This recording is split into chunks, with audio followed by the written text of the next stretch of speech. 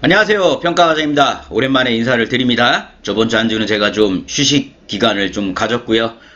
대선도 끝났고 오늘은 날씨가 정말 좋은 것 같습니다.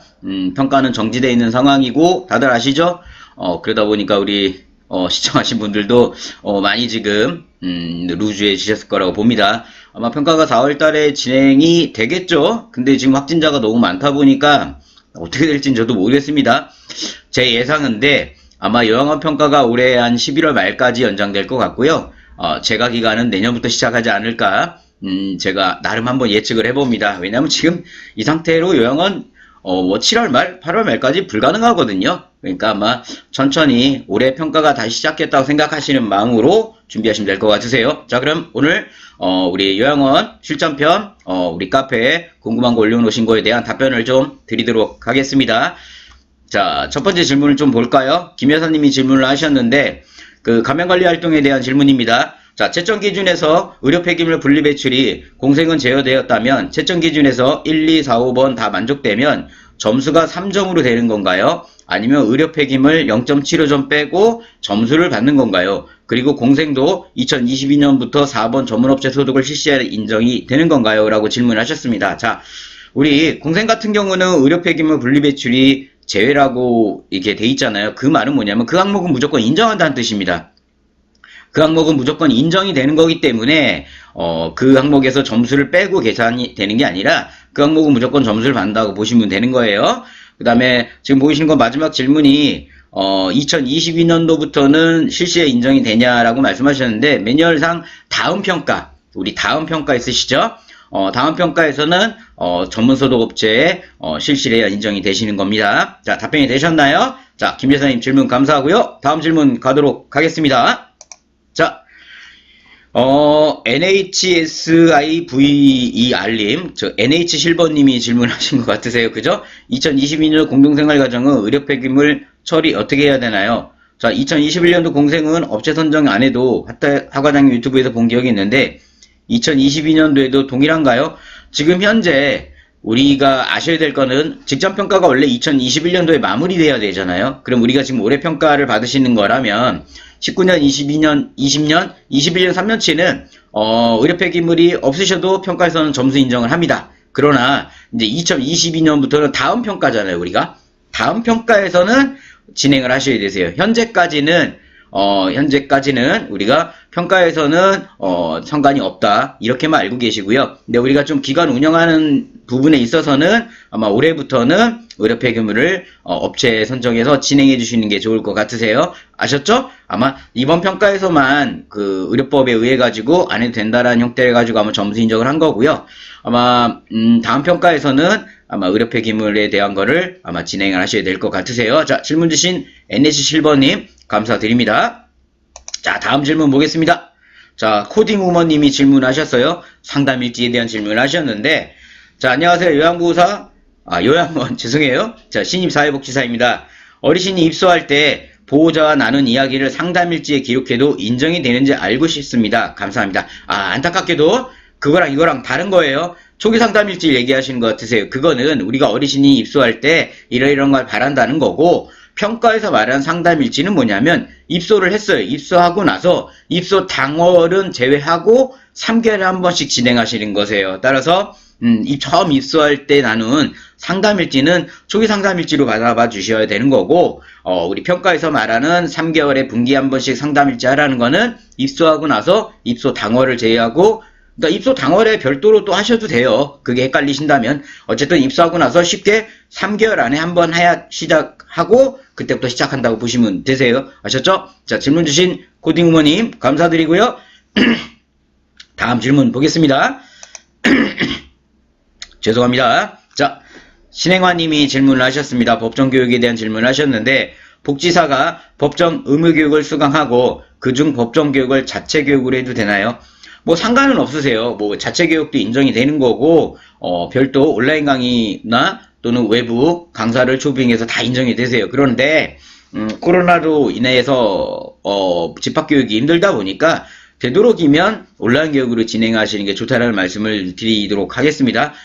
왜냐면 이게 법정교육 안에서도 자체해야 되는 교육 항목이 있는 거고 별도로 전문 자격이 있어야 되는 부분에 대해서 강의를 해야만 인정하는 교육 항목도 있습니다. 따라서 그게 머리가 복잡하시면 그냥 온라인 강의로 진행, 코로나 핑계도 되시잖아요. 그죠? 그러니까 편안하게 그냥 온라인 강의로 저는 추천을 드리도록 하겠습니다. 자, 질문 주신 신행아님 감사드리고요.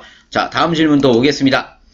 자, 홍콩 야자님이 질문을 하셨어요. 자, 등급이 변동 없어도 기초평가 욕구 사정을 해야 하나요?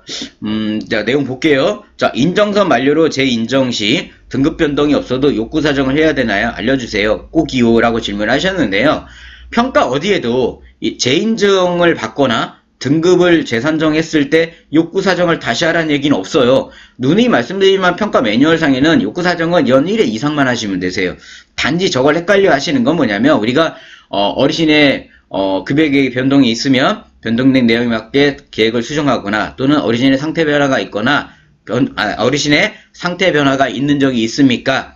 그럼 있다라고 했을 때에 대한 급여 계획이 변경되면 그 급여 계획 변경되다라는 사유가 있어야 되잖아요. 그거를 보통 이제 뭐 등급 변경을 해 가지고 욕구 사정을 재측정해서 계획이 변경됐다 이런 식으로들 나가세요. 그러다 보니까 자꾸 이게 와전돼 가지고 어르신의 인정서를 나왔을 때 욕구 사정을 다시 해야 된다.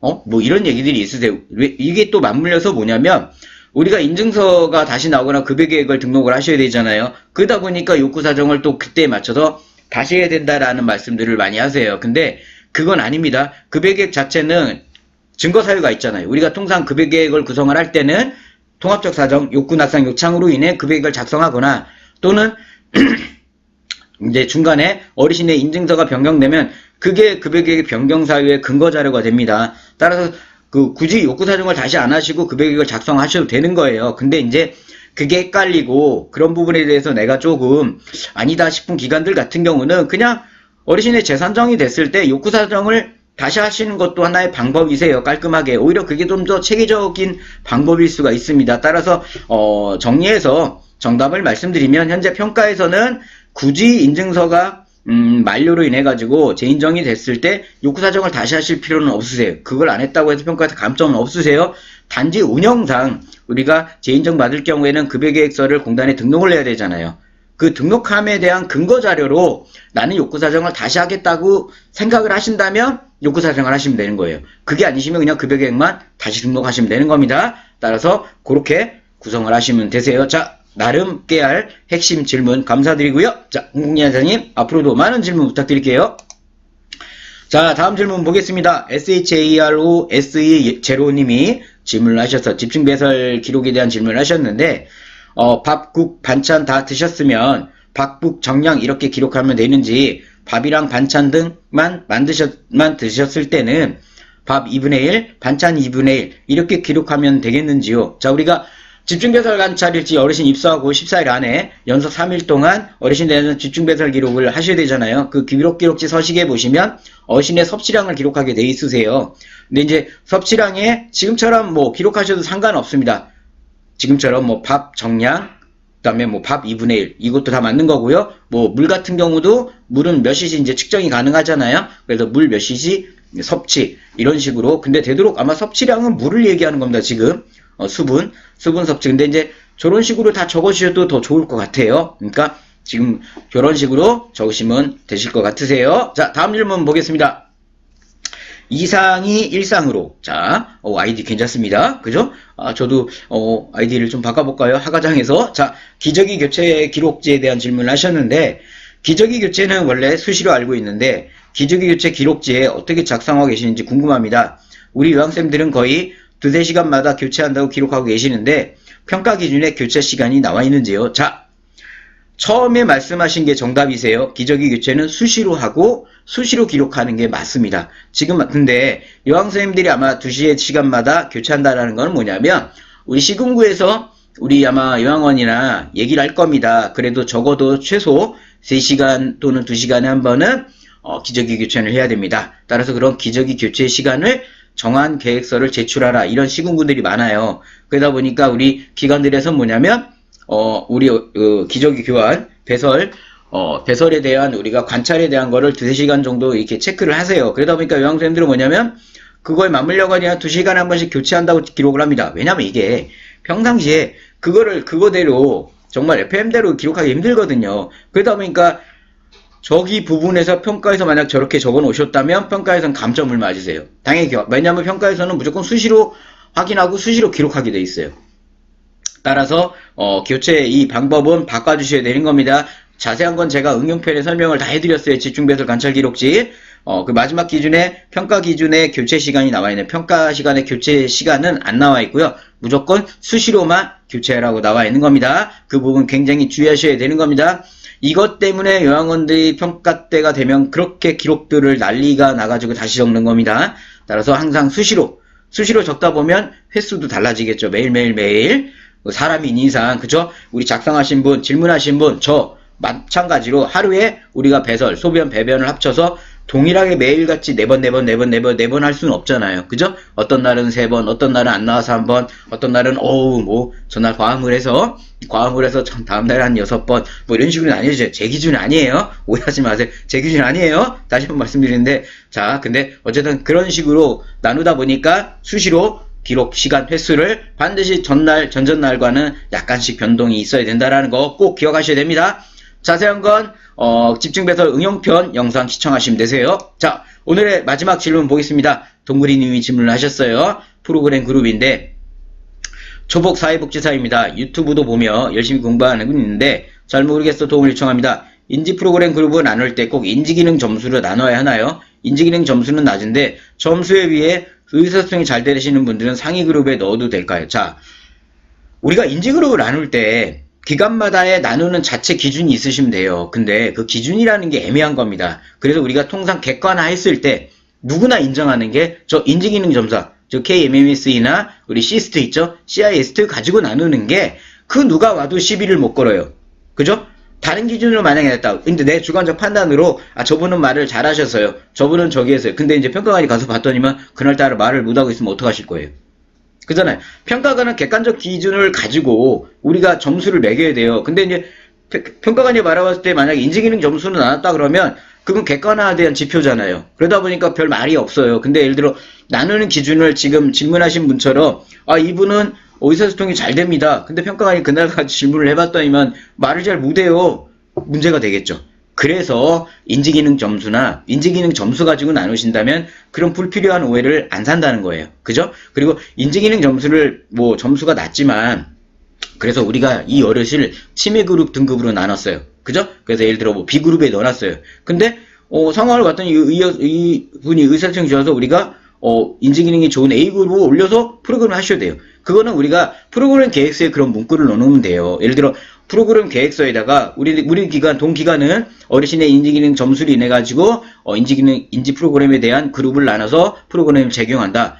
A그룹 같은 경우는 인지기능이 좋으신 분들, B그룹은 인지기능이 안 좋으신 분들, C그룹은 완전한 어르신들로 거동이 불편한 분들 이렇게 나누되 단지 B그룹에 있는 어르신이라 하더라도 보호자 요청이 오거나 또는 어르신의 상태에 의해 가지고 충분히 A그룹으로 충분히 소화할 경우에는 A그룹의 프로그램을 겸해서 진행할 수 있다. 이런 문구를 넣으시면 되는 거예요. 그죠? 그러시면 확실하게 해결이 되실 거예요. 자, 질문 주신 동그리님 감사드리고요. 자, 오늘 요양원 실전편 우리 카페에 궁금한 것들 많은 질문을 답변을 드렸습니다. 더 많은 질문을 드리고 싶은데 요새 카페의 개점 휴업인 건지 우리 시청하신 분들이 카페에 오셔가 질문들을 많이들 안 하세요. 왜 이렇게 눈으로 보고만들 많이 가시고요. 왜냐면 하루에 들어오신 분들은 굉장히 많아요. 저는 이제 카페 장이다 보니까 카페 통계를 보는데 하루에 그래도 못해도 한 1000단위로들 들어오세요. 들어오시는데 다들 눈으로만 보고 나가시는 것 같으세요. 평가하다가 사소한 거, 아주 작은 걸 하더라도 질문을 하시면 답변을 드리고 또는 카페 자체에서는 다른 회원님들도 답변을 드리니까요. 궁금한 거는 많은 질문을 해주시면 됩니다. 자, 따뜻한 봄의 기운이 느껴지고 있습니다. 우리 시청하신 분들도 활기차게 하루하루를 보내시기 바라고요. 모든 한 해 모든 거를 다 잘 이루시기 바랍니다. 자, 저는 평가과장이었습니다. 감사합니다.